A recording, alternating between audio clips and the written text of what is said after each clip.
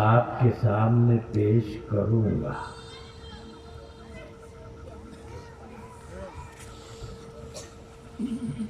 جس آدمی کو جس کی فکر ہوتی ہے اور جس چیز کی تمنا ہوتی ہے اسی چیز کا ذکر وہ کرتا ہے، اسی کے بارے میں پوچھا کرتا ہے۔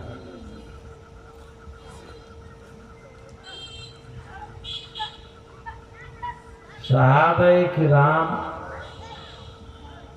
ان کا اصل مقصد اللہ کو راضی کرنا، جنت کو حاصل کرنا، اللہ کے عذاب سے نجات کا مل جانا، یہی ان کا مقصد تھا۔